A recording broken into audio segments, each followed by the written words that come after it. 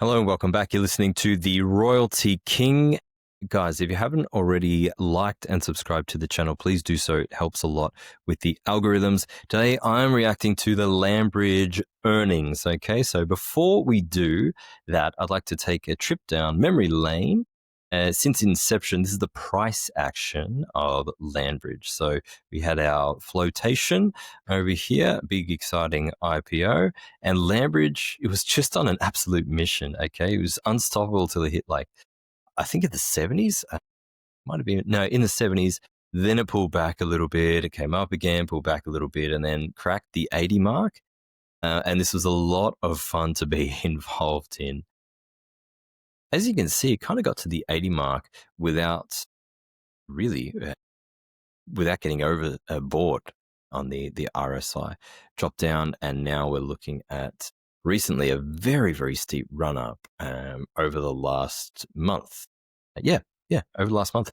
And so if you bought from the beginning and at the IPO or just afterwards, you're still sitting on a multi-bag again. Okay, if you got FOMO and you started to chase, you've only just come back above break even, guys. So you do need to think for yourselves, and you do need to take price into account in terms of valuation.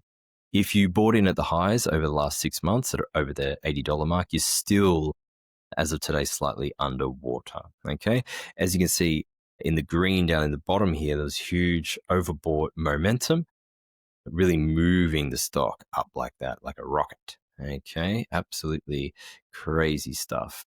Okay, that's all I really need to say about the price action. You can look that up for yourselves, of course. So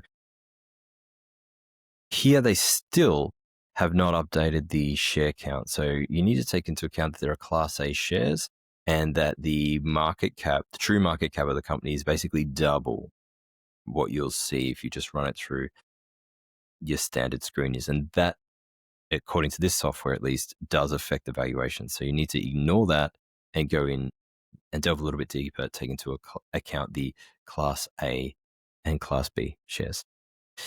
Okay, it's time for me to go over this. Obviously, I've read it before. I'm just going to make some general comments. It's going to be a super quick video. If you haven't seen my Substack work on Landbridge, go and take a look, take a read. A lot of it's free, okay, so you can get a really good idea as to what I think of the company and why I was so excited by the opportunity last year. So, okay, time out. Public quarter revenue and adjusted EBITDA growth 78% year on year, 7% quarter on quarter. Not bad for a bunch of land grabbers, basically. Yeah, a really incredible business model that I still think people don't understand the potential. You're going to have to be patient with this type of thing. Closed over the quarter, another 37,500 acres. So they bought another ranch. They've got over 300,000 acres combined of surface and a little bit of mineral acreage out there in the West Texas, Delaware Basin, particularly in part of the Permian Basin, which is the largest producing part of the United States when it comes to oil and gas. So revenues up 78% year on year, like I mentioned. Net income, I think there's a little bit of adjustment being made on that. Adjusted EBITDA, I hate it when companies use adjusted EBITDA, but if we come through cash flows from the operating activities, that's a fair metric to use, and your free cash flow margins of nearly 70%. Like just unbelievable business like this. It's just a beautiful, beautiful business model to have. Okay. And really the news was the acquiring of 37,500 acres in Loving and Reeves County, which are the most prodigious producing counties out there in West Texas. And it just adds more pore space. So this tells me the company is looking for, if you're talking about pore space, you're talking about places where you can dump produced water. So I think this is a really, really, really important statement about the problem of produced water in the Permian Basin. So if you're unfamiliar, I'll give you a brief rundown, but go and see my article on Waterbridge in Substack. Link will be in the description. When you drill a frack for oil, for every barrel of oil that comes up, you've got 4 to sometimes 12 barrels, depending on the acreage, of produced briny toxic water that needs to be disposed of in a certain way. So high quality pore space, why would that be of a premium? Why would that be of interest to any kind of public company to go and buy? And it's because you can't just put this water anywhere. Capacity to be able to recycle and to process and to dump/store this water is really becoming of the utmost importance, especially in terms of there's somewhat of an inelasticity compared to the economics. So oil prices can do whatever. You still need to produce some water. You're never going oil, excuse me. You're never going to have no oil being produced. The rig count will drop. But again, if the rig count drops by 4, for instance, you're dropping the produced water volume only by a factor of a quarter of that. So this is because, as I mentioned before, let's use an average water cut of 4, and so 4 barrels of oil for every barrel of oil produced. The economics are really, really sticky and continuous. Solar energy generation projects, yeah, whatever. That's all good. No real comments there. That's okay.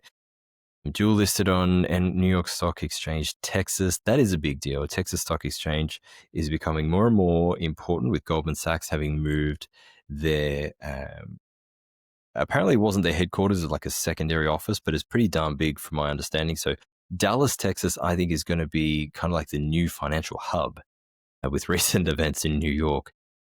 A lot of people are moving out of there. Obviously, California people have been moving out of there steadily for quite a few years. Oracle's in Dallas, Texas, and now Goldman Sachs, Texas Stock Exchange floating. I think it's a really, really, if you want it to be in the US, I think it's out of Florida or Texas. Texas for me, I prefer. Florida's got a lot of humidity, but Texas economically is really, really taking off from everything that I continue to read. Okay, as I said, 300,000 optimally located contiguous surface acres. Contiguous is important because if you're going to run a pipeline, you better be able to own the surface or easement rights on the land on which that pipeline runs. So Waterbridge and Landbridge are going to work together. Landbridge is going to acquire big stretches of land. Waterbridge is going to have the pipelines that go across that land. They're going to be paid an absolute fortune to take on the produced water from the Chevrons and the Exxons and whoever else, the producers in that basin. They take the produced water, run it through the pipeline. They collect a fee. Landbridge collects a fee. Everyone collects a fee, and then they go and treat it in a recycling plant, or they dump it in a place that has the permitted pore space. Okay. Nothing too much to comment here. Just to break down the revenue. So revenues, surface uses, royalty. That's the one I'm interested in over time. I want to see that going up. Source sales is a small part. That's okay. It's not a big deal. Oil and gas is not a big deal in terms of the royalties of this company. It's the surface use and easement royalties that I'm interested in. Strategically acquiring surface acres of land that allows them to charge fees for people to travel on their land, be it by pipeline, trucking to and from places, telegraph poles, infrastructure, communication. These guys get to charge a wicked rent from that. Eventually, I do believe they are going to land one of these hyperscale data centers. They have not yet, but apparently they've got 6 sites that will satisfy all the criteria. And I think that there's no rush for this. If they can sign one of those, it's just going to be off to the races for this company, and it's really going to grow into its valuation. So we say everyone comments on how rich the valuation is. I agree, it is rich unless you take into account the ability to sign a data center for 100 years and to have escalators on that and have royalties on the spread of the power that you sell to and from. And I just think it's a great opportunity. Revenues, big ones, as I mentioned: surface use, related party, easements. I love that word. Easement, easement, easement, easement, easement. Resource sales is what it is. I'm not particularly worried about that. But the surface and easement royalties is where it's at for the company. That's what I want to see growing to drive the engine of the car. So 2025 versus the same quarter last year, they've basically doubled the revenues. It's pretty impressive for a company, again, that just owns patches of dirt, basically, but very, very strategic patches of dirt. Net income attributable to Landbridge. Okay, so if you look at that and you annualize it, 32 mil. Okay, and so obviously you're paying a big multiple for the net income that's attributable to the LLC stockholders and not to the private equity and Class A holders. That's pretty much it, guys. I don't think there's anything else really that needs to be made mentioned. If the cash at the end of the period is going up, life is good, basically, unless you got a good explanation. That's it, guys. If you're interested, again, check out Substack, where I've got a written deep dive into what I think the company could ultimately become. And thanks for watching. Make sure you like and subscribe, and look forward to catching up with you in another episode shortly. Take care.